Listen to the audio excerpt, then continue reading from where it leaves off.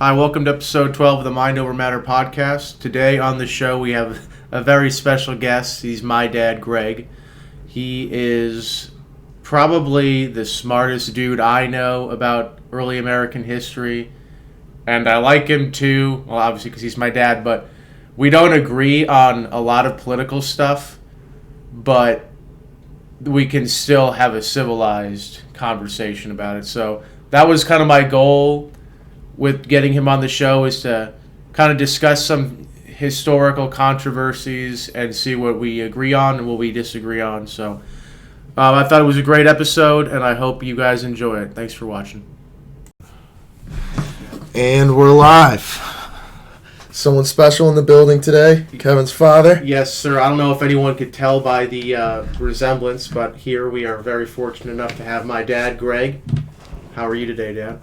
I'm great, Kevin. How are you today? Excellent. So, yeah, like we said, my dad is with us today, and I would definitely say that you're a student of history. Mm-hmm. So that was kind of what we wanted to touch on. It's definitely something that my dad can talk about forever. Well, it's 20 years of teaching, so I could talk about it quite a bit. Yeah. So, like, that's a good thing to talk about. What's like your kind of background, like a little bit about yourself? So I am a PhD trained American historian. Got my bachelor's and master's at St. John's University in Jamaica, Queens, and my PhD at Lehigh University. I taught for about 20 years at various community colleges and universities. So that's mostly American survey courses and some environmental history and a couple other courses here or there, but kind of more of a generalist in American history in the sense of because of my teaching was in survey stuff, which is covering broad periods of American history. Well, I do have some specialty areas. I also was very interested in just the whole range of American history from pretty much the start to where we are today. What would you say ignited your interest in history? That's a good question. Yeah, I think one of the things is, I was in 1976, the bicentennial of the American Revolution was something that was very much etched in my childhood, and it just really sparked an interest in what was happening.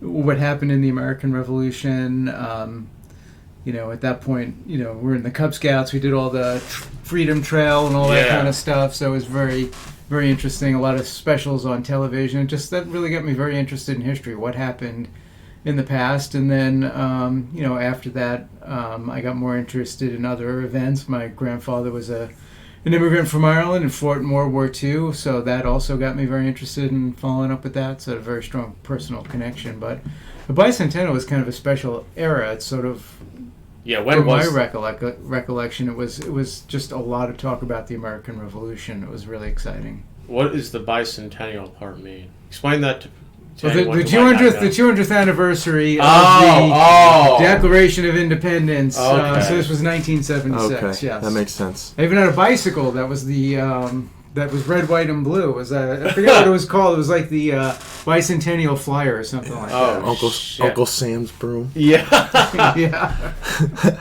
So, like, would you say that kids, like the people that you teach, have an interest in history? Some of them really do. Some of them get a really strong interest in history and follow it up. Some of them, of course, are there because it's a required course for some other program. It's college. We got to be realistic about that. But yeah, no, I've had quite a few students who interacted with me after they had taken my course and said they had followed up and read other things based on some of the stuff we covered. So that's always very good to see that people do does spark an interest, but it. I don't want to be unrealistic. That didn't necessarily spark an interest in everybody, which is fine. What made you want to teach it? Once you start building up a really strong knowledge of it, and then you start talking to people, or you read things if you read something in the news, and you're like, well, why don't they know this? Why didn't they get this? Yeah.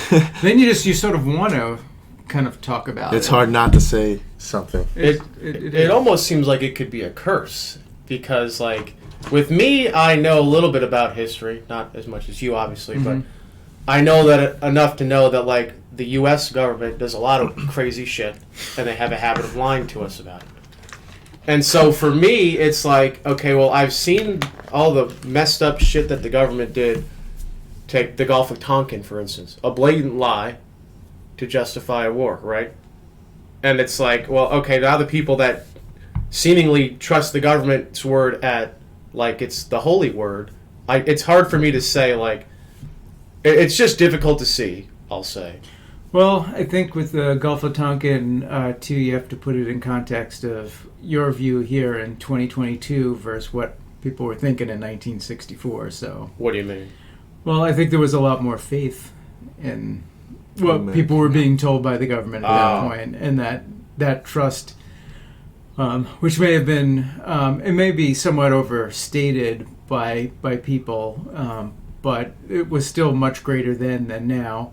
And certainly, things like the Kennedy assassination, Watergate, the war in Vietnam, all that stuff definitely eroded it. I mean, so, yeah, it's easy to see that the Gulf of Tonkin incident, which may or may not have happened, which there were two incidents as it was reported at the time, may have only been one incident. If there was an incident, there's a lot of still people debating about that, but that's only the very start of the Vietnam War. It's when you get to later on and people see that there's been all these lies that people do feel betrayed, not just by that one incident, but by that whole attitude of we had all this faith in the government that turned out not to be true.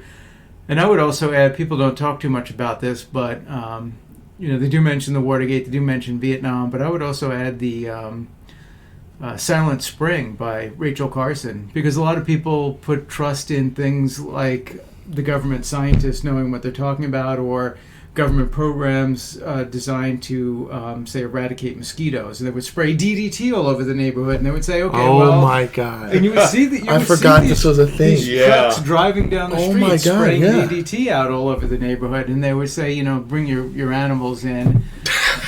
I completely forgot about this. I was in high school at the time. People's cars and stuff would be covered in this white powder. But, it was seeing that this is cancer causing and has a very deleterious effect on people's health, community, drinking water, everything. I think that was that. Oh my God! Yeah. That's an unstated, I think, aspect of that general decline of trust that happens throughout the 1960s and early 70s. Would you say that's a good thing? Like, is I it think a net healthy positive? skepticism. I think healthy skepticism is a good thing. Yes. So it would be a good thing for less people to just blindly trust the institution. You should always verify. Because, like, for me, I don't trust any one of these clowns. You don't trust any No, people hell in no, general. bro. Like, after seeing everything that they did, look at the war in Iraq. Well, it's not. Nobody It's not like about seeing that. what they did, but now me and you both have experienced what they are currently doing. Yeah, And it's like, dude. No, it's just hard for me to say, like, y'all just blindly trust the U.S. Yeah. government when we do so much, like, they just lie to people. Yeah. And I wanted to bring up, do you think there is a way for them to come back and regain the trust, or what is almost a solution, because it's not going to go on for much longer without trust? I don't know. That's outside the history Yeah, area. yeah. I mean, I'm saying it's normally like a war. Future, yeah. it would take the government admitting to all their lies. Not all, but at least start admitting to some. Any of them. Yeah. Yeah, I don't know how much admission itself would do. It really makes you wonder, though, because I think now, like, now is the best time to, like, be able to see that they're blowing smoke up our ass with anything. Because I can, like, take the Russia-Ukraine thing, right? I can go on Telegram and see that the Ukrainians are not doing as well as we're being led to believe. I can go on Twitter, I can go on Telegram, I can go on Reddit.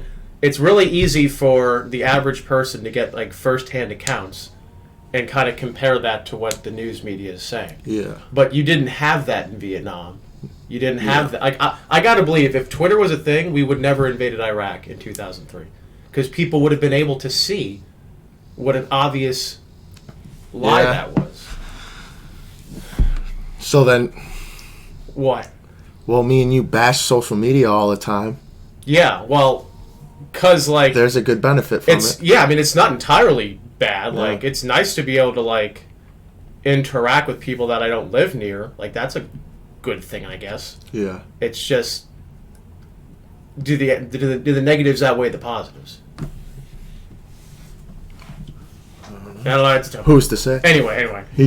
But anyway, yeah, American history. Yeah, before we started this show, I told my dad that I had a question that I wanted to ask him, and I did not tell him what it is because I did not want to have him formulate an answer that he thought I'd want to hear. No, so which I never do anyway. We got you. We got you. Got him right where we want him.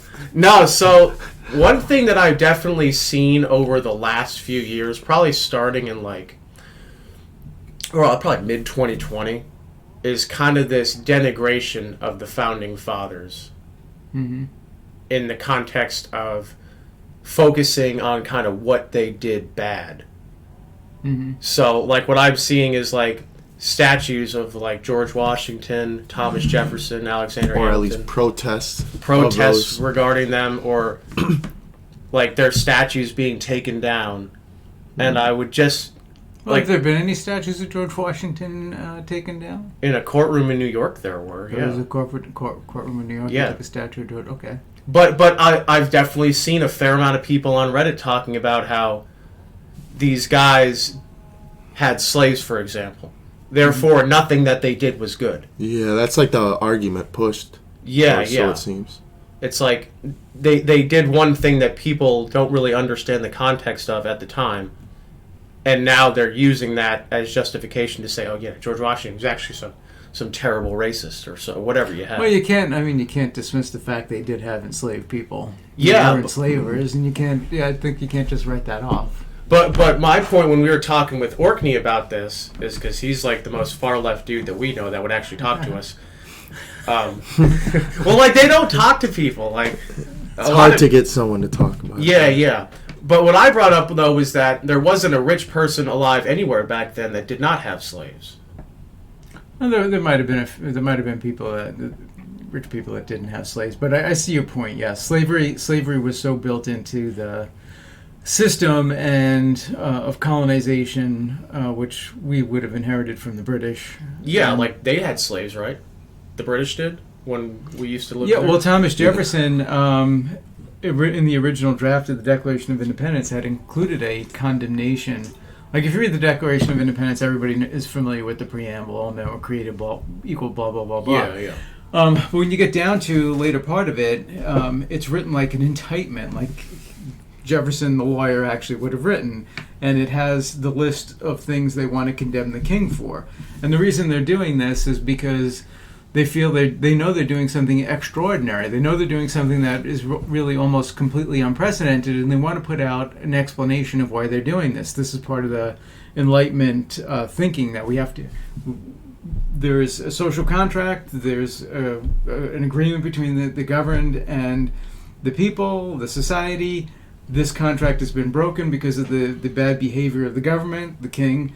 So we're going to list all the specific reasons why, and one of the reasons stated in that was the idea that he had foisted the slave trade and slavery on America, which is a little historically not quite accurate, but the point being that we are now vexed with this problem, in a way he's sort of forecasting a little bit, and not quite in the way I think he intended, an argument that was made in the 1940s by a Swedish sociologist named Gunnar Myrdal, who pointed out that that race is the American dilemma because of slavery. It's created something in America that's unique almost to America, that is going to be a social problem that America is going to struggle with throughout its history, however long that's going to be. So Jefferson has sort of sees this ahead of time, almost to some extent, and saying, "Well, this is something that he's really kind of stuck us with." But the South Carolinians, in particular, and other Southerners, including Virginians, wanted that taken out because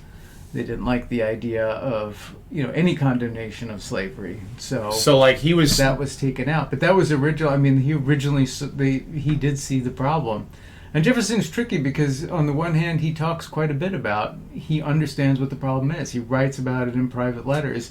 and correspondence saying he knows that slavery is bad. He knows that if there is a final reckoning in the afterworld, he's going to be condemned for it. He knows that, but he can't quite, because he's got all these other, for lack of a better term, racist preconceptions about race. He just can't quite perceive that you could just stop it. There's. I mean, you really couldn't. It's a hard. He really can't. And I don't mean stop it economically. I mean stop it in the sense of the races. He just can't. He just cannot see that the two races could possibly live together, and that's kind of the problem that he has. And of course, as he gets older, he gets more conservative, but he's also becomes increasingly troubled and concerned about where this is all going to go. So with that one dude you were talking about was like that from Sweden or something. Yeah. Was he saying what was his name? Gunnar Myrdal? Yeah, was he saying then that like slavery was incompatible with the idea of an America?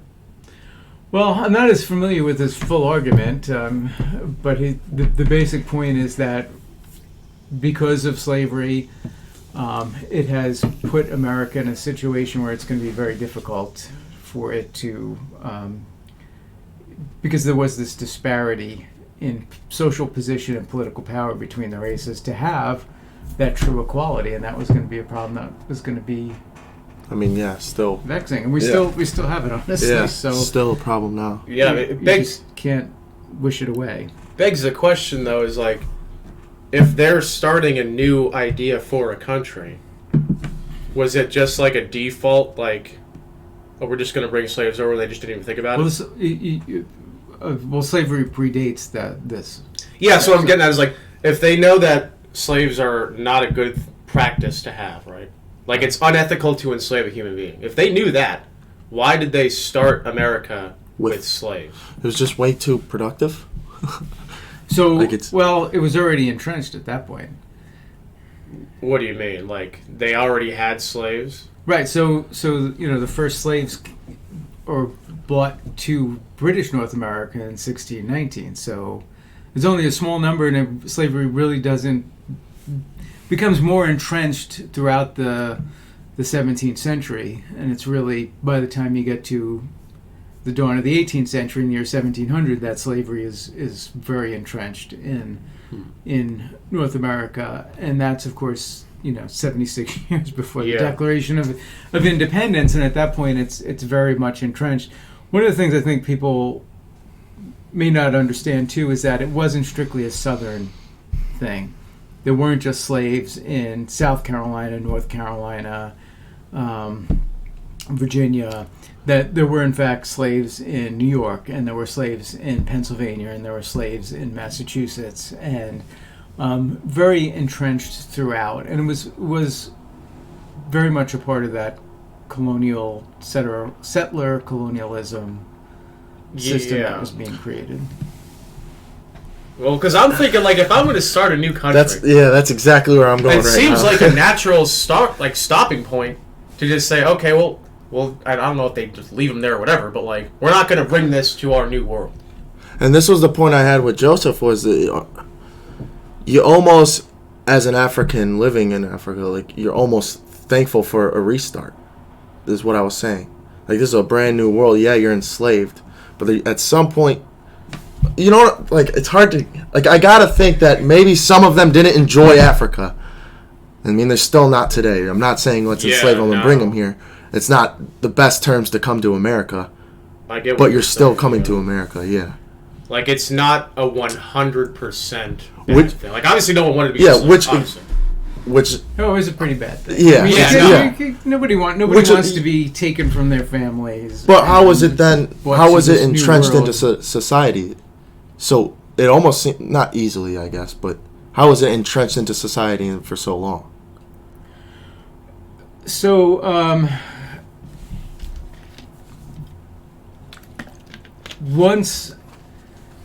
one of the things to understand is that and again, I'm talking strictly of the British colonies in North America, what becomes the United States, and of course there's other colonies that the Spanish have, colonies. The French have colonies. At one point, the Dutch control New York City. So there are other European involvement. We're just speaking strictly of the British in this situation. That in terms of the colony, the role the colonies are supposed to play is they are sort of the place that provides the raw materials, and they're the place that provides the market. So the raw materials are sent back to England, they're turned into something or some other part of the British Empire, and then they're sold back to the colonists. Works every time. Oldest trick in the book. That's the role. It's the oldest trick in the book. Sell them back their own shit. So that's part one. The other part, too, is that many of these colonies are actually not originally started as crown colonies. They're started as private corporations, joint stock companies. So a place like, like Virginia and Massachusetts, they originally start as corporates. They're not, it's not like, it's like sending Elon Musk or whatever company he owns sending a rocket into space versus NASA sending a rocket into space. So these the Spanish, their colonies are almost all run by the crown. These early British ones especially are run by private individuals or private companies, and you see this like Maryland too is a private colony of George Calvert, Lord Baltimore, William Penn in Pennsylvania. That's another private. So what does that have to do with it, and what does mercantilism have to do with it? Well, these private companies want to do, what do they want to do? They want to make some money, baby. Hey, Ain't we all? They want to make money. Yeah. And they're pushing this. Where do we fit in with the mercantile system? We provide raw materials. So in a place like Virginia, what does that mean? That becomes tobacco farming. Yeah. Virginia was really just a very Jamestown, particularly, was a very terrible place to be. The amount of people that die in the first 20 years. I mean, I forget the exact number, but it's something like 20,000 people immigrated there, but the population in 1620 was only 2,000. Because what happened? So one out of 20 of them made it? Yeah, so the fatality rate was enormous. But the larger point being is they want to make money. Yeah, they got found money. out tobacco makes money, and then how do you grow more tobacco? Well, first they try white labor. That doesn't work out because white labor meaning not slaves. They try indentured servitude, which is to bring over people from England where they're under a servant's contract for 7 years, and then they supposedly get their freedom. What happens? They're like half slaves. Well, some of them were very horribly mistreated and treated maybe a little better than slaves. Yeah. But the thing is that when they get their freedom after 7 years, sometimes there's no land for them, sometimes there's no opportunity for them, and they become this sort of population of disgruntled people. Right. Just like middle class now. It's the same shit. Yeah. This sucks. You're just stuck. This blows up an event called Bacon's Rebellion, which happens in the 1670s. And after that is really when they start to bring in large numbers of African slaves because they think they can control the slave population in a way they can't control the white Indentured population. servitude. Yeah. Okay. So that's where it really becomes kind of entrenched, but it's basically in that money thing. So once you start having these plantations and you're bringing in, and you've got 50, 100, 150, 200 slaves in some of the largest plantations then, and that's where the wealth is. It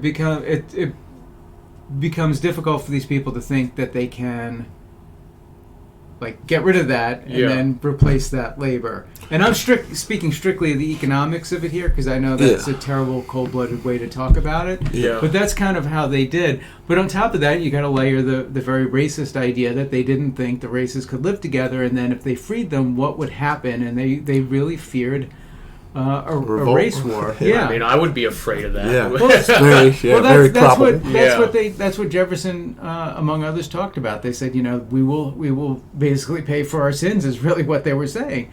But the thing is that never happens. Even during the Civil War, when their slavery is crumbling, the formerly and the enslaved people are self-emancipating. They're not, going out and killing wholesale anybody. So the whole thing is built on this very fraudulent myth, and that I think is one of the hardest things to comprehend as an historian. Because if you think about it, they could have done it. they could have done something in 17, and it wouldn't have caused this thing. Race they war thought was was still gonna Yeah, like happen. if they had just nicked slavery in the ass when when they they enacted the U.S. If But right. yeah, It but would have been hard. I'm not saying it would have been easy, yeah, but it's it was- almost hard. I don't yeah, think it was in. I think it could have been done. yeah. Because that's what I was talking with Orkney, was that, like, from 1776 to, when did the Civil War start, 1861? Yes. Like, that's kind of a good bit of time. What's that, like 70, 80 years? Mm-hmm. Yeah. But I'm questioning those, like, why did it take that long for us to start realizing, or not realizing, but, like, acting on this problem? Because then is when we were finally caught up with the rest. Because I feel like part of the issue is they don't want to move to the Americas because, well, they have to bring slavery because everyone else is doing it, right?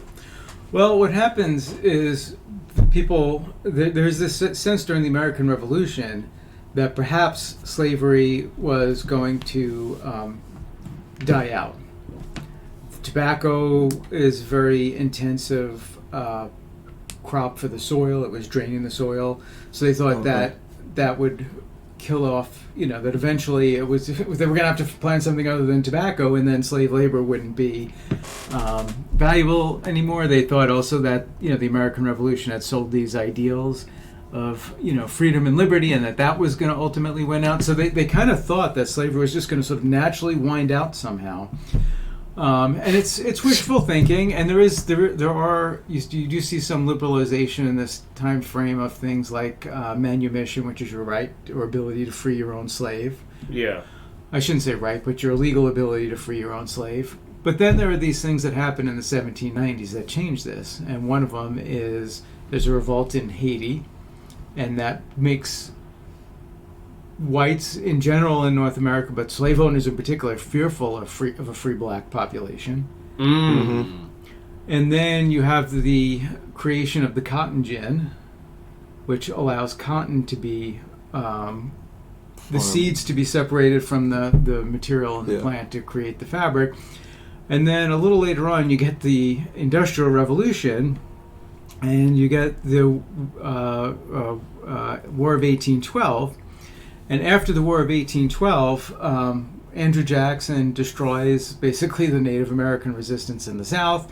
William Henry Harrison destroys the Native American resistance in the North. And Americans pour all the way to the Mississippi River. And by 1820, Illinois, Indiana become states. Ohio becomes fully settled. Missouri becomes a state. Alabama becomes a state. Mississippi becomes a state. Louisiana becomes a state. And roaring 20s, baby. And all of these southern states, there's just like a belt, a wave of cotton that goes through them, because now you have factories demanding cotton. You have this machine, the cotton gin, that can separate the cotton and make it profitable. You now have the land to do it in the Southwest. You have the people that need it. And the people that... So slavery becomes more entrenched at that point, because it becomes this... literally as part of the new economic system, because the cotton is done what? It goes to the factories where it's turned into articles and then it's sold to consumers. So you said they switched from indentured servitude to slavery race slavery essentially. Why did they do that? It's just easier. Were they more willing to be slaves? Did they force them to be slaves? You know what I'm saying? They went over there and said, "Get on our boats."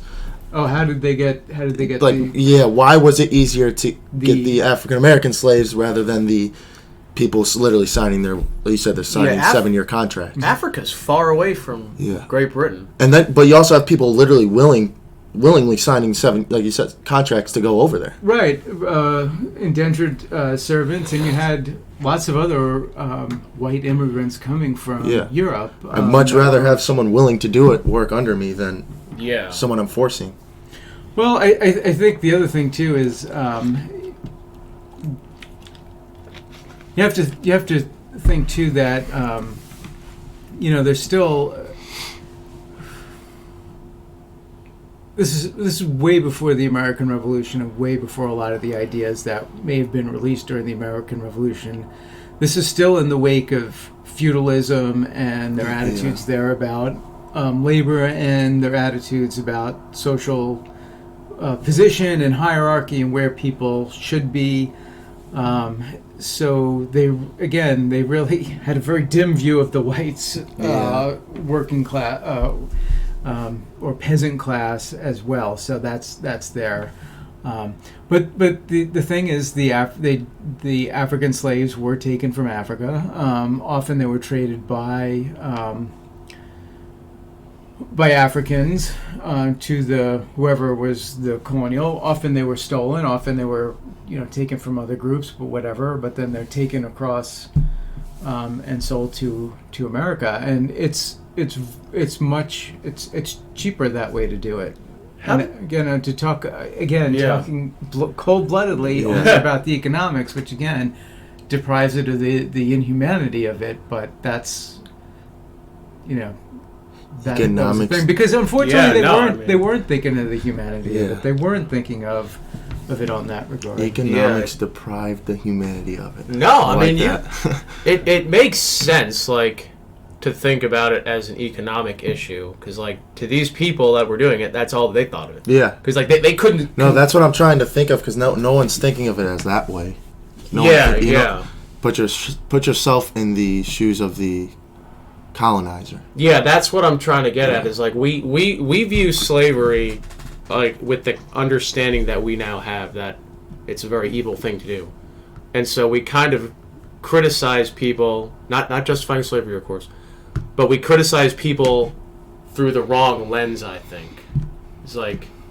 And then kind of just circling it around, why would... Your first question, why does that completely discredit what the Founding Fathers actually did for the country? I don't think it discredits it at all. Like, I think it's hard to understate what a revolutionary idea America was at the time, and just how of an enormous undertaking that was. And I don't think that it's beneficial to say, oh, these guys had slaves under what we now understand as bad. Like, not that they didn't know it was bad, but like they viewed it as an economic thing. We don't view it as economic anymore because it's we don't pointless. need it. But I just don't think that it's good to have the heroes of a country bashed, kind of removed. Yeah. Well, I do think it discredits them. Not entirely, but it is a discrediting.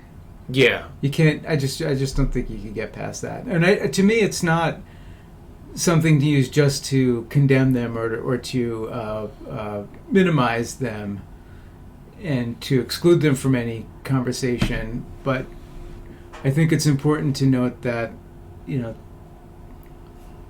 as I would tell my class every time, I love America. I don't think there's a better country than what we have, but we're still a flawed country, as we are all flawed human beings, and we can't ignore that this was, essentially in the cradle of our country's birth. This well, it wasn't just the country though. Is the issue? It's like we're only bringing up like, oh, Founding Fathers suck because they had them, but at the time, like, it was like fashionable. So when you're bringing it up about the founding fathers, I mean, you also have to bring it up like this is what the world was doing at the time. Well, that is true. It was entirely bad. Like, it's not just the founding. Yeah. So like that is true. But I think the thing that that can be a struggle for me as an historian is the fact that we were also almost the last country to give up slavery. Yeah. And it took a war to do that.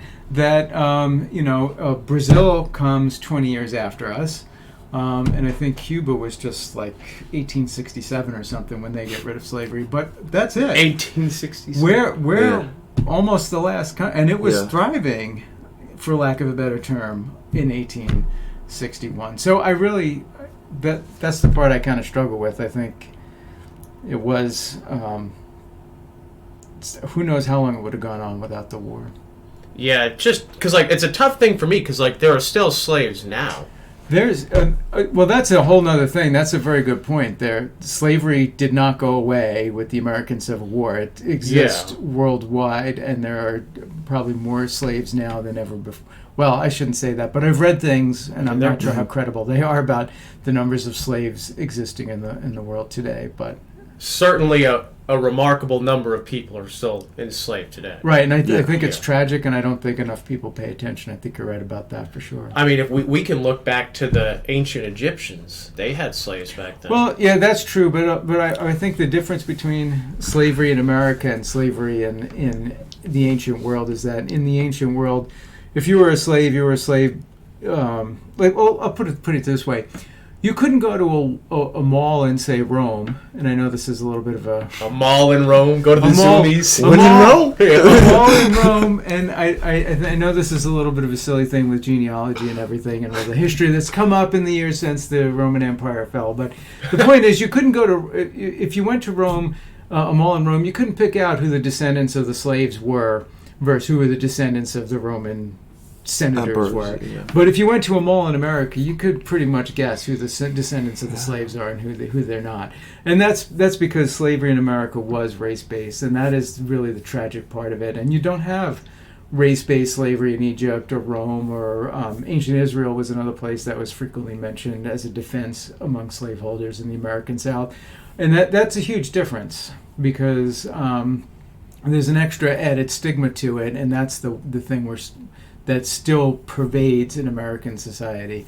And I think that's very different from the slavery in other parts of the world prior to that. We still have these kind of remnants of slavery, would you say?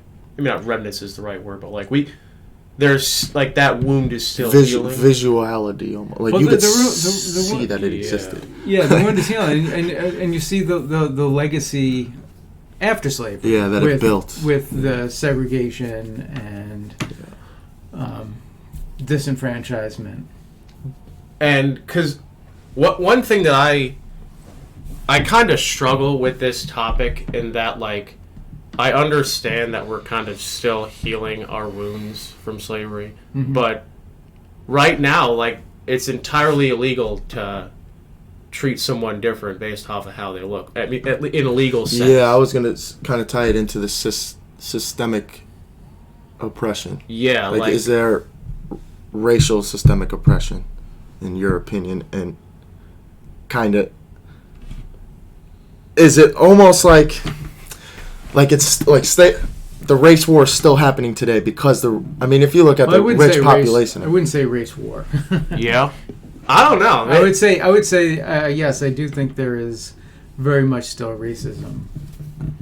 But it's existence, and I think it is written into has been written into many of the laws. I mean, if you look at, there's so many things that, if you look at the history of, like, everything from, like, housing laws. Like redlining you're talking about? Well, redlining, restrictive covenants in deeds, in bank lending, which would also be part of redlining. And here's where you talked earlier about the federal government, and segregation too wasn't just limited to the South. It was practiced in the North as well. So, like, in a city like Chicago, where that's where Trevor's from. Yes, sir. So in a city like Chicago, they had a ghetto, and that is where African Americans were more or less confined. And when there was attempts to break out in the years around World War I, there were violent race riots in response to that, saying, we're not expanding. So one of the things that, you get more and more people are flooding into this area. They're not allowed to move outside of the area. So how do you remedy this problem? The conditions in the area are deteriorating dramatically. It's causing a lot of problems. How exactly do you remedy this? Well, one of the things is they took federal housing money, and what did they do? They didn't build it out. They built it up. Yeah, exactly. So that would be one way of kind of... So it begs the question is, like, I think there's part of everyone that's, I would not necessarily racist, but it's human nature to be not afraid, but to see something that's different from you, and trust it less. Well, the other definitely, but personally as an American, we're all Americans, and that's the part I think that is something that would break that down. But do you think it's possible for us to have a country where, because like that's a pretty unique thing to America, how you have a bunch of different races of people all in one country. Right, and it's been a struggle since the earliest days, and it's not just, again, it's not, race is obviously a huge part of this, but the same thing happened with other groups. I mean, religion, I'm sure. Yeah, religion was another. Yeah. Yes, that's another thing that's divided. But I do think America is not a people, but an idea, and that idea should be inclusive to all people who want to subscribe to it. And that idea is, that there's equality and there's freedom and there's opportunity, and I think and liberty, and I think those are the things that make America and have always made America. Like, I think it could work, like the concept of America, but I think in order for it to work, there need to be this collective sense of sense of nationalism. You need to be united. You would need to love America for the idea of everyone from every different ideology. You need to love America more than your own race or religion or whatever is dividing you, is the thing. That would have to replace that would have to replace the community you're in now. Yeah, it would have to be like, you love this more than this, so let's focus on this more. Let's all focus on America more, and now we've united. Yeah, which is what I think we have now as a society is we don't have a collective. There's no collective cause that every American can unite against. Well, I think that's true, and I don't think it has to be necessarily an external thing like a World War II situation. Yeah, I think for me the problem is, and I know I probably differ from what you both may be thinking, but to me the problem is what you talked about comes second, not first. That people have to feel that they are part of that America before they can believe it, and if they feel they have reason to feel they can't, then I think that inhibits what you're talking about. But I think what you're talking about is important, but I think people have to feel included and before they could, subscribe to that. Like a what came first, the chicken or the egg type deal. It's like people need to be a part of or people need to feel like they're a part of the country in order to love the country. Yes. Right. Like that makes sense to me. But you don't have that common cause for us to love our country for. Like take the elections. We were talking about this a few months ago, how older elections, like the 1984 election, Reagan won all but one state. I could never see that in 1,000 years happening in America right now. Well, my historical sense is that there was this period from, we'll say, 1920 to 1988, where there was just this abnormal time frame. And unfortunately, that abnormal time frame has become what everybody thinks is normal. So in terms of presidential elections, if you look at that time frame, there were 4 close elections, right? You had 1948, 1960, 1968, 1976. All the other elections were blowouts. Like all the ones other than those 4. Right. So in 1920, Harding wins 60% of the vote. I mean, Warren Harding, come on. FDR has the biggest landslide in history in 1936. LBJ in 1964 gets over 60% of the vote. He actually has the highest at 61% of the popular vote. We know the popular vote doesn't count, but that's the point is then Nixon's re-election in 1962, and then Reagan in 1984. But all the other elections were pretty big. But the point is that period was these very high election turnouts. Now, what we've had since 1992 is pretty much what we had before 1920, which is that most of the elections are going to be very close. There are red and blue states that are equally divided, and I think that's more what we're seeing now with and people and elections being decided in the electoral college, that those votes are abnormal compared to meaning that there's you can win the Electoral College by not winning the popular Yeah. vote. Yeah. That was stuff that all happened before 1920. So I think we're kind of more in that kind of thing. I think the only thing that we haven't seen that was more common in the 19th century was that you had multiple parties running, and I think we're heading towards that. Honestly, Yeah. I think the party I hope. system is. Yeah. I think the party system is breaking down a little bit, and I think you're seeing people already moving around, and I think that's going to be perhaps something we'll see in the future. So, like Kevin was saying, before 1920, I mean, from 1920 to I don't remember the year you said. 88. 88. Mhm.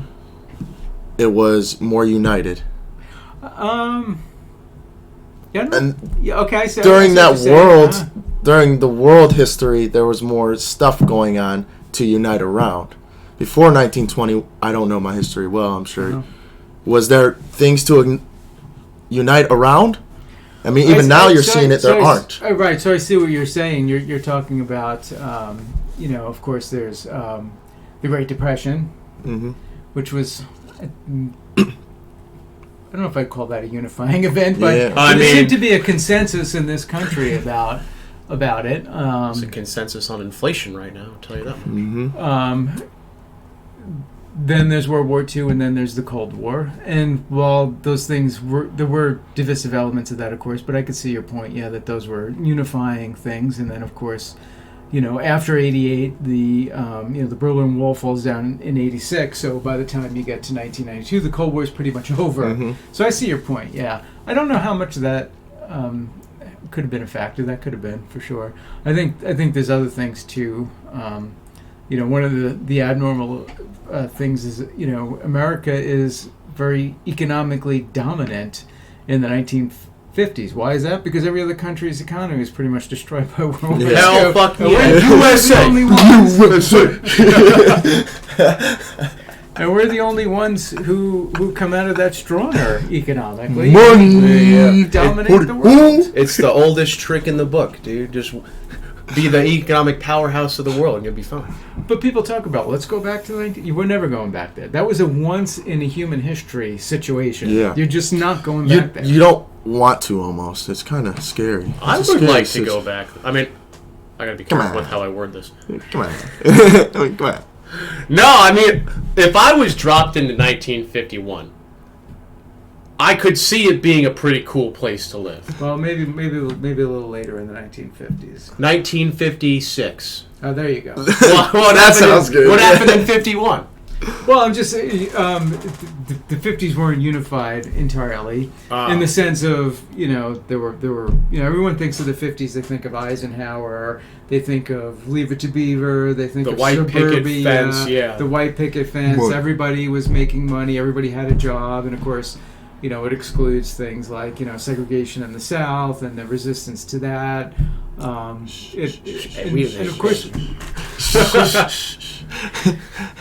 and of course, when you get to 1951, of course, you got the Korean War, which Oh, so was after 53 not then. popular and was very divisive. Everyone has this very bizarre sense that the Vietnam War was the first divisive war that Americans disagreed with. That's not true. The Americans have disagreed about almost every war, and even you can make a good case about World War II. I mean, there was even a lot of more dissent with that than most people think. Was there debate in World War II about which side America should join? Well, before the United States is involved in the war, meaning before Pearl Harbor, there was debate whether the United States should be involved at all. I don't think there was anybody that ever said we should join the German side. But there were people that said we should stay out of it, even before the war, before the United States is involved and the United States is. President Roosevelt, Franklin D. Roosevelt, is trying to come up with ways to give aid and assistance to Great Britain, and there is resistance to that. Did the A lot of average resistance to that. Did the average American know what the Nazis and all them were doing? I'm not sure how much the average American cared what the Nazis were doing. Oh, really? Honestly, I don't. How did they sell? I mean, you think now, well, I mean, do you really care what's going on in Syria? Like, they're just gassing their citizens and I all mean, that shit, you know what I'm saying? Not really. Yeah. But I think you probably know more about what's happening in Syria than Yeah, that's Americans true. would have known about That's the a good Holocaust. point. in They didn't have YouTube. I mean, Come on. they couldn't go on Twitter and look up what the Nazis were doing, you know. Yeah. I'm just curious how they spun that war to the Americans to, like, sell it. Because, like, we got attacked by the Japanese, and now, like, 2 days later, we're going to war with Europe. Well, that's because Hitler did Roosevelt a solid and declared war on the United Wow. States. Oldest moves. trick in the book, dude. So Shout out we to didn't Hitler, have to yeah. come up with any ways of doing that. Although I'm pretty sure eventually we would have found a way into that war. Did the But we had to. Did the Germans themselves know that, like... That's how bad it was? Because, like, here's what I'm thinking. From 1933 to we'll say 44. The Germans that were living in Germany, that would have been a pretty good life. Like, After World War One. like I'm saying, from when Hitler rose to power, started all this nationalism stuff, until the war started declining. I gotta believe that they didn't know all this shit that was actually going on in Germany. I don't agree with that. What do you mean? Uh-oh. I do think they knew what was happening. Yeah? Yeah, I think think that's this why they whole- united. I mean, you would know more than I would. I think this whole thing of they didn't know about the concentration camps, I think that's all BS. I think they knew what was. I mean, they weren't, saw like- their neighbors disappearing. They Yeah. saw these people being. they beat weren't up like on the street. necessarily secretive about it. Yeah. Yeah, but I mean, they had a whole propaganda department, though. No, that's what I'm saying. The propaganda, it wasn't necessary. Like, it's not as bad as the propaganda today, I would say. Oh, I'd say. The Yeah, propaganda, it's the less propaganda was about giving the messages. It wasn't necessarily about. Yeah. Yeah, but Like, like, and they supported the message. yeah, but It's like, just like feminism. yeah, but I'm saying those, like, Goebbels wouldn't come out and saying, like, we're killing all these Jews. Like, the message that would be pushed by the German media is everything's great, nothing bad is happening. And 31 is what you're talking about. From 33 to 45. So, I don't. no, I mean, have you... Nor do I think the life was particularly good in Germany, because if you would have had any opposition at all to the government, see, here's the thing about the concentration camps, or I really shouldn't. I don't like to use the word concentration. They were extermination camps. They were death camps. They were designed to kill people, industrialized slaughter of other human beings. Yeah, it is true there were 6 million Jews that they put into these extermination camps. There was a deliberate effort of genocide to completely eliminate a category of people from Europe, from the earth, to really destroy them. On the other hand, there were other people that were in these death camps as well, and these include all sorts of other groups of people. Like gypsies and shit? I heard that was... Gypsies, gay people, political dissidents, clergy, religious people. Anybody who didn't fit in with the Nazi message went into these camps. Yeah. So I really... Have you read any, like, first-hand, like, diaries or some that are Germans talking about these camps? Or any like information you got from a first-hand German by type deal. German sources? Yeah, like a German Like person saying, like an Anne Frank diary. yeah, like, we know what's going on. Yeah. No, I have not. Oh. But I have read historical accounts that do So- talk about it and say this was not. I mean, one of the biggest myths that comes out is the German generals didn't know about this, and these were all just professional military men. Well, no, that was the story they told when they were all in prison camp and they didn't want to go to jail. Oh, what?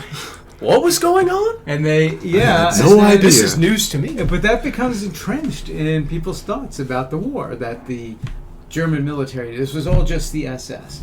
And then we find out, no, they all knew. We've got all these papers, we got stuff, a lot of it was stuff that the Soviets had taken, documentation that they had, that after the fall of the Soviet Union, historians got access to some of these. And I see that, no, because the extermination was all happening in Russia for the most part, that the German generals were not only knew about this, they were participating, some of them very enthusiastically. So Well, that's why you see them all leave. That's why they all end up migrating to that South American colony. Oh, the German generals? Yeah. Yeah, in Because Argentina. it's not like they didn't. It's just like the pedophile list. Oh, now just half of the list, those people just disappeared at the same time. I mean, type I would deal. have fucking fled if I was a Nazi general. What the fuck? Yeah. I'm gonna stay there? It's Well, hard they claim to- they weren't Nazi generals, and a lot of them What? did stay in Europe. Yeah, some of these German generals actually become involved in the West German military and in NATO. Some of Get the fuck out. no. Oh, There was no. some. I can't remember his name. He was. He worked under Rommel, and then he was in the chief of staff of the army group in the West during D-Day. I don't know. You could tell us a random name. We probably believe it. Yeah, I'll get on it right. Yeah. I'll get his name. No. I completely forgot what I was Chief going to say. Well, I'll real quick ask if you think it is a coincidence that America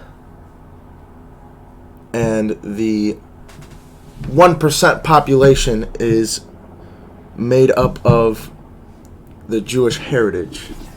There's a lot of Jewish people now, coincidentally, after World War II, that are on top running America. Is a conspiracy theory one would put together. You see it a lot on the internet, I would say. Well, Go on 4chan Yeah. for 30 seconds. I personally don't see that. Yeah, no. I mean, This is the Jews were excluded from many places in America traditionally. Certain schools, certain jobs, certain companies. They were also subjected to restrictive covenants. So, but like, weren't the Irish too? And what's to stop them Right. from getting powerful over in Israel and coming over, or over wherever and coming over? It seems like the Jewish religion is majority rich people. Is what you know what I'm saying? Like, why? Why? What is the coincidence? here? I can take a stab at what I think that is. I think enshrined in the Jewish community is a very big sense of community and helping out, like, your fellow Jewish people. And I think that's a unique thing to them. Well, because they got a history of being unwelcome, unwanted, and persecuted wherever they've gone. So this is Yeah, if anything, is a defense mechanism Yeah. to that. Unite within ourselves, because Yeah. people of other skin were naturally. But Not I don't going think to that enjoy- translates into they control the world. I mean, I can see why you think that. No, my question is this then, is like, do you think that we're on track for another civil war? Because I was watching Bill Maher. You watch Bill Maher? No. Okay. But he was talking about how at the end of the Civil War, Lincoln was not a dick to the people who owned slaves. Like, his message was all about, like, let's just put all this behind us and, like, try and heal as a nation, right? But I don't see that happening right now with people that are labeled political dissidents. So, like, Oh, So- real quick, Like, I don't- real quick. Yeah. Is this the German marshal? No, he's no. Who would have been his chief of staff? I'm sorry, I'm totally blanking this name. Yeah, Erwin so are we, Rommel, man. Federal Marshal Erwin Rommel. I wanted to get it. Okay. damn it. Damn it. Another Whole episode We need a for- Jamie, dude. Yeah, we need a Jamie, dude, a fact checker. Oh, okay, sorry. It's like, What was the question? Yeah. is all of Lincoln... Oh, What do you- so we're talking. Yeah, we're yeah. talking about Lincoln. First off, Reconstruction policy was not strictly Lincoln's alone to decide. Even Lincoln, who was one of the most powerful, maybe the most powerful chief executive America's ever had, who claimed extraordinary powers because of the rebellion, and was very maybe aggressive is too strong a term. Maybe it's not, but very aggressive in broadening that and claiming those powers. Didn't he suspend habeas corpus? He did. At the same time, though, in the 19th century, people tended to not expect the president to have that kind of power. They looked at Congress as being the ones that decided policy. And Lincoln spent a lot of time fighting with Congress, even though Congress was controlled by his own party, the Republicans, and Reconstruction was one of them. So, yes, Lincoln did have this idea of, in a way, he phrased it in a way that Lincoln kind of phrased these things when he was discussing it with Generals Sherman and Grant, when they were talking about as they were coming down, the war was winding down. What do we do with the armies? At the end here, Grant's thinking, we're fighting Lee. He's pretty much just about to destroy what's left of Lee's army at Appomattox, and he's going to surrender to Grant. And Lincoln is, they know the war is going to come to a pretty swift conclusion at this point, and Lincoln says, let him up easy. Which is that you just had this big fight, and we're just gonna, we're not gonna pummel you to death. We're gonna let you up easy, and that is at variance to what Congress wants to do, which is to punish the South. Yeah. And you have this, radical Reconstruction. So Lincoln's, I don't know whatever Bill Maher is thinking, but Lincoln's policy alone wasn't the one that was going to decide what was going to happen. We don't know what Lincoln ultimately would have done because, of course, he's assassinated. Congress was out of session in the summer of 1865, so he had a lot of time to do some things on his own, and it would have been interesting to see what he would have done. It's it's probably the greatest what if in American history, but we don't know what he might have done. But yes, he seemed to be moving a lot over time. Lincoln was somebody who threw out a lot of trial balloons, tried a lot of different experiments, which is why something like what was his policy towards the slaves, and was he how strong against slavery was he? It's hard to get an answer for that because he floated so many different ideas. I mean, he was talking about colonization, which is the idea of sending freed slaves to another place. He was talking about that as late as 1864. So sending them somewhere else, like back to Africa? Well, I'm going to use back to, since these people were born in America and had never been to Africa.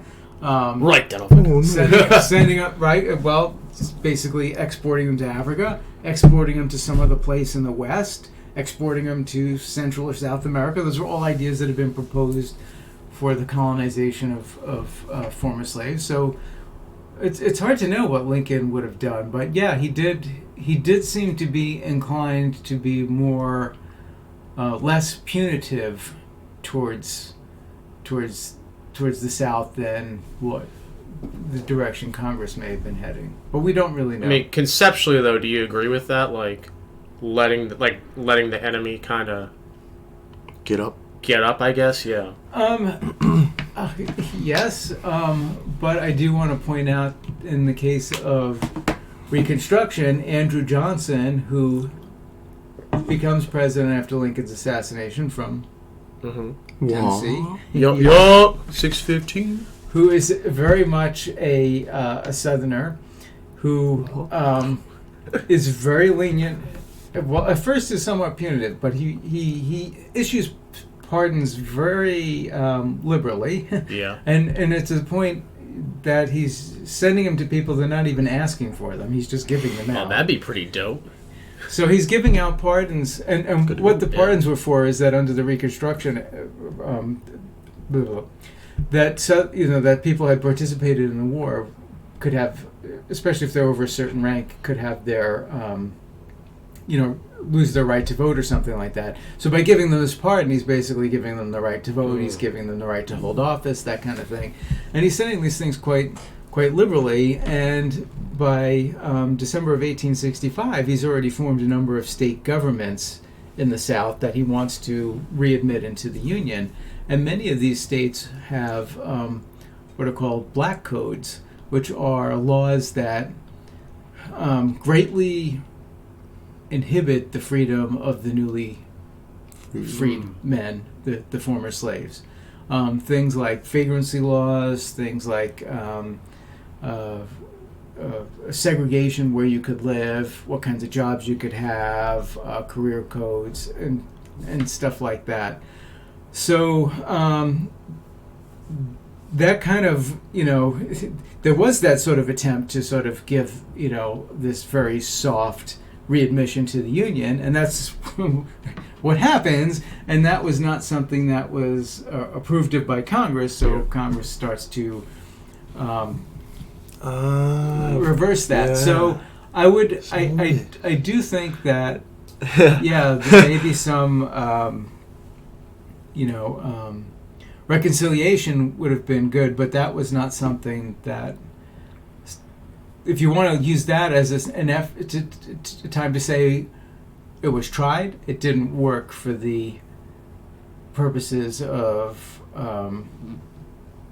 incorporating the freedmen into society as freed people with all the rights that everybody else has. Yeah, because that was Bill Maher's point, was like, we saw how demoralized the German people were after World War One, and that was exactly how we got Hitler. And so he was kind of talking about what? What?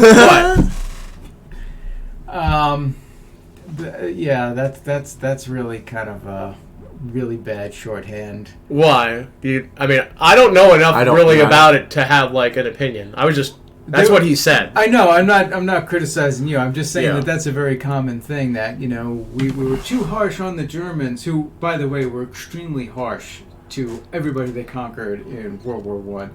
There was nothing about the Treaty of Versailles that was any different than what the Germans had done to everybody else. Oh, really? And nor did the reparations themselves necessarily trigger this hyperinflation.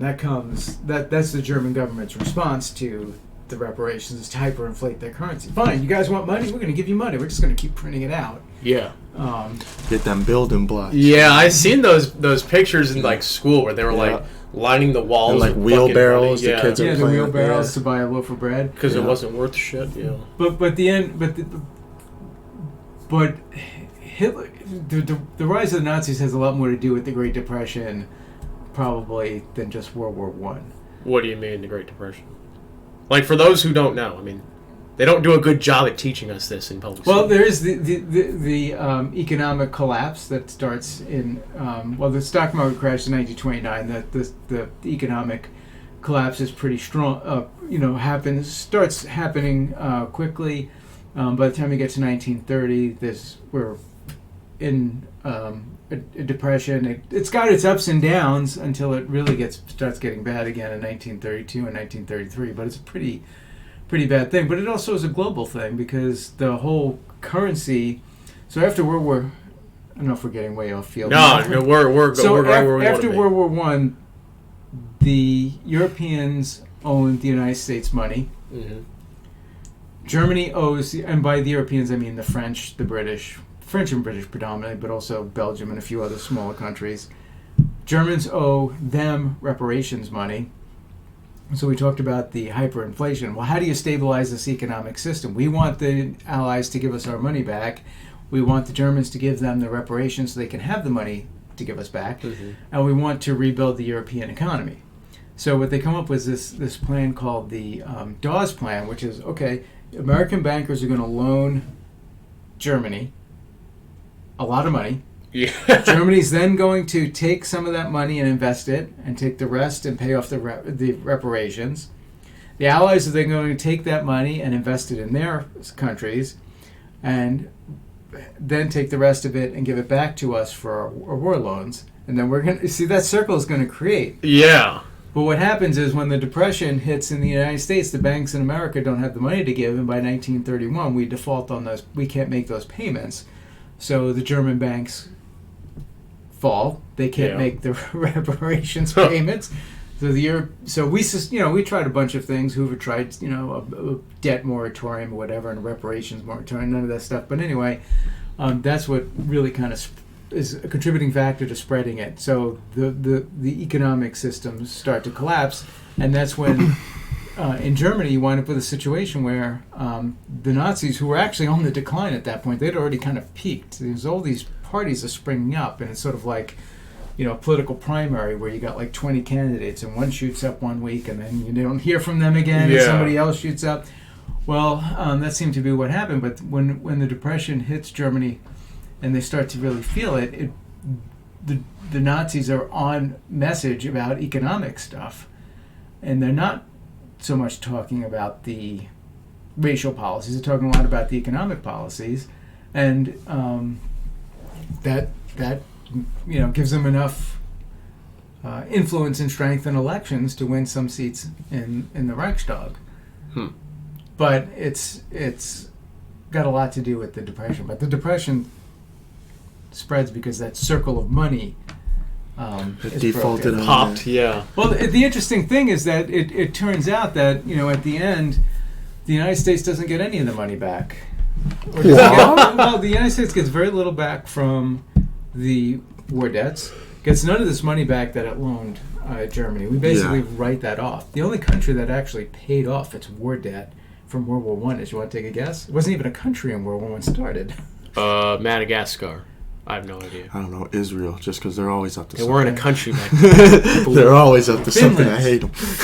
Which was part of Russia, which was an allied nation Finland. the United States had loaned money to. They're the only ones that paid off. Shout out to Finland. That would have They're- been the last country, I guess. Their debt. With that, real quick though, I am gonna take a bathroom break. Yeah, we'll fucking We'll, just cut we'll this hop one out. right back in, real quick.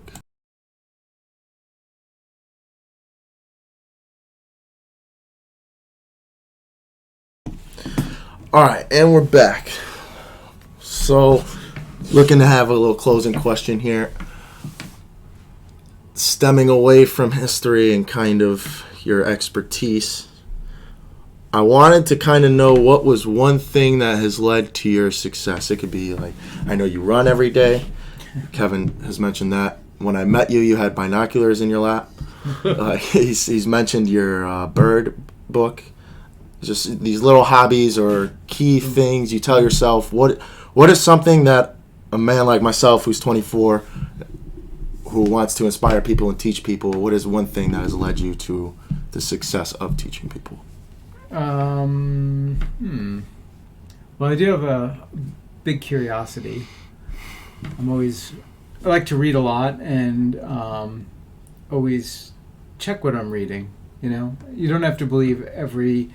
I think too many people buy like a history book or a biography or something, and they think that's the only thing ever said about that event or that person, and that's not true. You can, there's a million books about Abraham Lincoln, and they all have a very different kind of Abraham Lincoln to it. So I think just having that curiosity and skepticism, I think, is something that's served me very well when it comes to doing history. I think it would be the same thing if you were doing, whatever you were doing. Like if you were, say, for example, someone who was selling, stocks or something. I mean, you can't just go by, one, quarterly report of what the company is saying. You want to look up and investigate that and find out what's the story behind the story. And I think that's... Yeah, I think it's got to do with passion. Like, I could tell when you were telling us this stuff that you're passionate about it. And that's what I really like, especially growing up, because it's like, my dad would tell me stuff like that all the time growing up. And it's like the actual, like, content of what you were saying was, like, pretty boring as a kid. I'm not going to, I mean, it is what it is. Well, you mean you didn't want to learn about Russia? Most 13-year-olds aren't thinking like that. But I could tell, though, that you were very passionate, and it was something that it was exciting to you. And I was like, well, that made me want to kind of get more into history personally. It was like, if it's exciting to you, odds are I'm going to find it at least interesting. And I think it would benefit more people to become passionate about anything. Anything at all, bro. How many people right now are just complete zombies? Like, skidding by. Like, it's true. It's like they don't care. Like, their shows they watch on TV suck. They don't read. Their interpersonal relationships are really not much. And it's like they're not really passionate on anything. And I think that's a big problem now. But yeah, my question is this. What does this country need? What does this country need? Yeah, it could be anything. What does America need My right simple now? answer is milk. You need some milk, bro. Need some milk. Well, I don't know how to answer that.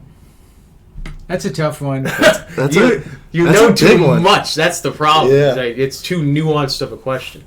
It is too nuanced of a question, and it also kind of turns a little bit on personal political preferences, which I don't think is really what you're asking. I think I do think we need to I'm very concerned about the lack of civility in this country, regardless of whatever people think.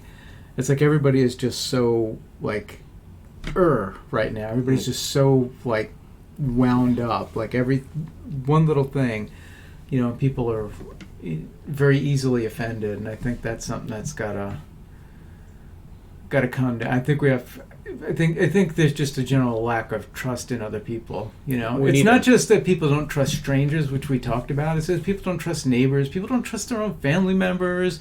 There's a lot of discord, and I think that's something that has to come out. And I don't think I think it gets worse by things that the government can do, but I don't necessarily think it is strictly a problem of a law or something. I think it's got a lot to do with we're all in this mindset, Yeah. and I don't know how to get rid of that. I don't know how to change that, but I don't think government policy is the answer. no, and I don't think everybody finding it in their heart to do whatever is going to solve it either. I just don't know what the thing is, whether it's something that unifies people, but even the big problems that we face are things that are dividing us, not unifying us. So I don't know what it is that could do that. Yeah, that's kind of another reason we started this podcast, is because I hate when someone disagrees with someone and then they just refuse to discuss it. Like I say, you're a Democrat and I'm a Republican. I don't want shit to do with you. Because it's like, that doesn't help anything. Like, we need to be talking with people that we disagree with. Yeah. And It's way too easy to shut someone down and then just go home and be angry. yeah, it's like, we don't get anywhere. Yeah. No, I don't know if, like, I'm sure both of you being married, it's like a one little thing that went wrong and you hold it in, like your wife didn't clean the dishes right, so you hold it in for a week and it just gets worse and worse and worse and worse. Yeah. If we're not talking for a year, and then now we're not talking for 2 years, and then it's 3, 4, 5 about all these problems are eventually only going to get worse to a state where we have no option but to unite. Yeah, no, I absolutely... Insert World War III. I think people need to do a better job at, like, disagreeing with other people and not hating them. Like we disagree on, he just on a disagreed. shit ton He of stuff. straight up told you no. But, like, at the end of the day, you're still my dad. We need to get along, Like, people just need to realize, like, it's okay for people to not agree with you on absolutely everything. Like, that's okay, and we should talk about it. Mm-hmm. Yeah, with that, though, closing remarks? With that, though, I'm very thankful that we were able to get you on the show, Dad. Well, I'm very thankful to be here, and I look forward to more and more of your podcasts. Absolutely. Yeah, I'm excited to hopefully have you on Zoom or something one day. We'll get it all figured out. 3 different states. It's hard. I'm up here for the next couple of days, so it just kind of worked out as it normally does. I thank you a lot for coming on. I'm probably going to listen to this podcast 6 times over and learn something new each time, which is the goal. Do you guys have like future podcasts you're planning? Do you have like ideas or anything, or just sort of? So right now, it's kind of been put off because the creator of the other podcast is going through shit, but we're trying to, we have him linked out TC Network. Mm-hmm. We're trying to expand to him. He's more sports related and music related. So I would like to he already has our podcast on his website. I would like to just kind of throw our logo in the corner of his, and then he could do whatever he wants, and then we'll figure out from there. There's a lot of things in the works. We got a buddy who just hit me up, Tim McDonald, started making music, so hopefully we can get into that. I mean, we're open to anything. We just don't. Yeah, it's usually... It's hard to plan. It's usually like we want to, like, we get a person that's interested, and then we kind of pick the topics off of them. So, like, we wouldn't talk to you about, like... Abortion. Music. Yeah. I wouldn't want to bring abortion into this. I would much rather hear your opinion on Yeah, history. Likewise, I wouldn't ask Shannon about early American history, Yes, because, exactly. like, what the hell would be the point of that? So the goal is kind of just to spread knowledge in an easy environment to where there's no I hate you in here. Yeah, no, that's a big thing we're trying to do, is, like, get people on that don't really agree with us. Yeah. And then we can kind of... Because, like, honestly, every time that we do that, we agree on a lot more than we disagree on. It's like, we'll disagree on maybe 5% of what we, totally think. but we agree on so much more than that. But people get so wrapped up and focused on what they disagree, and they don't have that discourse to realize that we actually are a lot more alike than we are unalike or separate. But yeah, anyway, though, thanks everyone for watching. Great to have my dad on. Hopefully we can push some more content in the future. Yes, sir. Thank you. It's been a Absolutely. pleasure. Peace.